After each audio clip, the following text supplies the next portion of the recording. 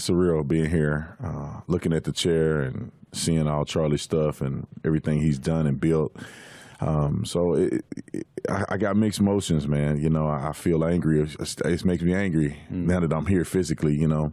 But also I'm still optimistic that, you know, God has his purpose and plan, and Charlie was a big part of that. Yeah, man. Well, you've, like I said, you know, one of the themes that we've been talking about in a lot of our shows is the fact that there's a lot of left-wing violence, the rise of left-wing violence. Yeah.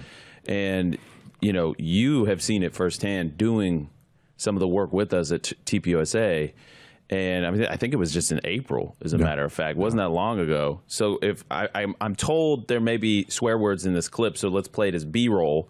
But this was you tabling at UC Davis, doing kind of your own Prove Me Wrong in April, when a bunch of Antifa thugs came up and basically robbed the whole table, took the tent. Oh, yeah.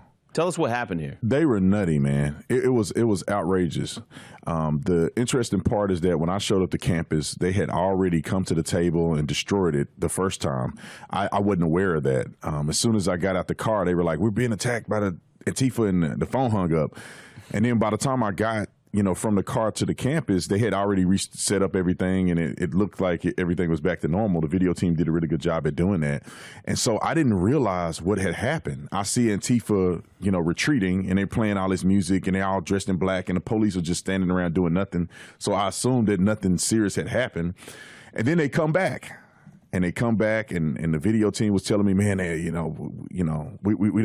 we want to leave. Like, these people are violent. They punched a couple of us. And I remember addressing the police officers head on. I said, "Look, man, you know, as a former cop, like, you guys have an obligation to protect us. What are you going to do if they come back? You know, am I going to have to swing on these people, or are you going to do something?" And they literally told me to my face that we're not going to do anything. We're just going to cancel the event. And I said, that's not right. If they come back, we got to be able to defend ourselves. Yeah, you guys weren't doing anything wrong. You're sitting there having a conversation and engaging in dialogue, and they were just like, instead of punishing the bad guys here, the people that are trying to interrupt the event and disrupt everything, steal everything, we're just going to tell you you can't do this anymore. Andrew, we didn't even start yet. I wasn't even on campus yet. They were just setting up the cameras, and they came and attacked everybody. And then we hadn't even had a chance to say anything. And the funny, ironic part of it is that their violence have no filter. They claim they support blacks and black and brown bodies and all this stuff, but a black man comes on campus that don't say what they want to say. They're willing to attack us, and nobody's going to say anything about it. And it was very troubling to see what they did. You know, I had to, you know, defend a couple people and push a little non-binaries out the way a little bit. A part of personally, I wanted to just go one by one and knock them all out, which I probably could have, because they were all soft and weak and cowards. But, you know, I wanted to do it in the spirit of Charlie. Charlie wouldn't want to knock these people out. Well, maybe he wanted to, but he wouldn't. He would have been peaceful and saying, you know, don't touch them, let them go. But, you know, I had a little more in me on that day. But, you know, I kept it. I kept it good. One of their bikes and.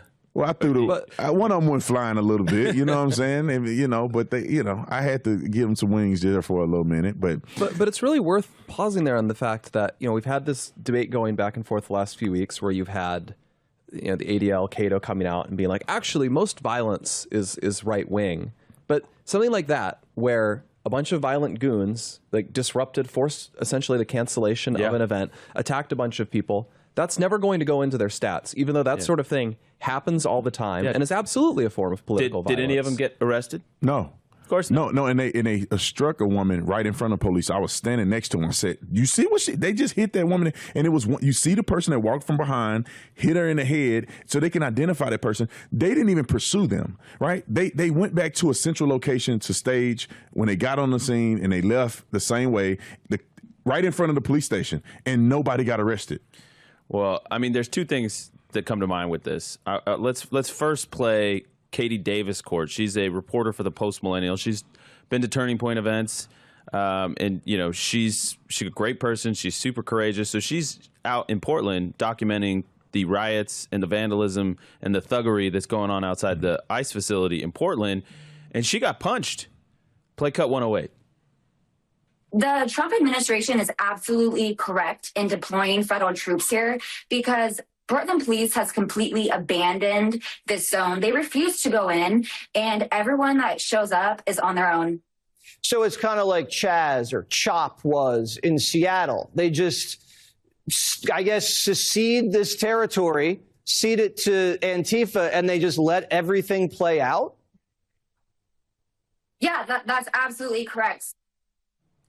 Yeah, so it's kind of going to what you're talking about. You go into these blue areas. So you're at UC Davis, which is a known hotbed for Antifa. It's a known hotbed for just far left political craziness. She's up in Portland/Seattle, and she's describing the same thing, where these cops are not getting, and this is the whole argument, by the way, for why we need the National Guard, because the cops and the local mayors and the governors are not backing these police officers to do their job. So they stand back, they get tepid, and they just let these thugs run roughshod over law-abiding people. Right. It's insane to me because, to be quite honest, and obviously people know that I was a cop, it's easy for police officers to get these things under control.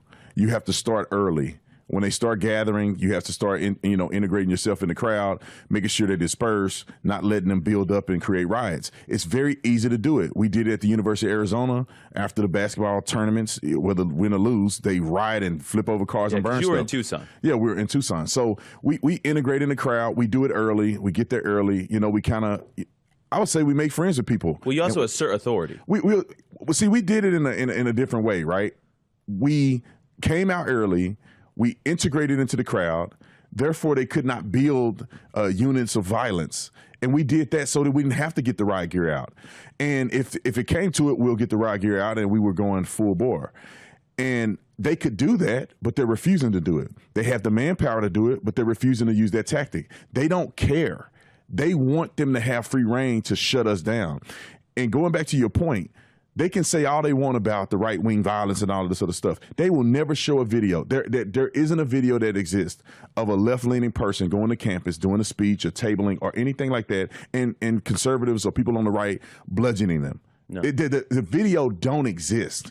The video don't exist of left-wing nut jobs going in the street and pushing abortion, and conservatives are just beating them up and doing all this stuff. No. The videos don't exist. By the way, we've said it before, but it bears repeating again and again and again. Our friend Charlie Kirk gets assassinated. We didn't burn down cities. We didn't loot businesses. There wasn't mass rioting and mass violence taken to the streets. What was there? It was vigils and memorials and prayer.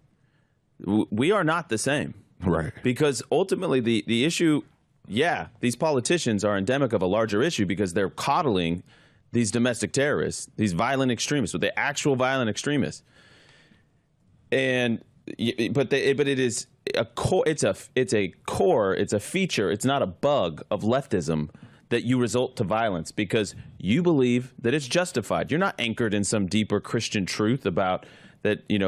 God is vengeance belongs to the Lord, or that government should wield the sword. No, that's not what that's about. They think that they need to take it into their own hands, and we're seeing that again and again. For full shows, live and on demand, it's Salem News Channel.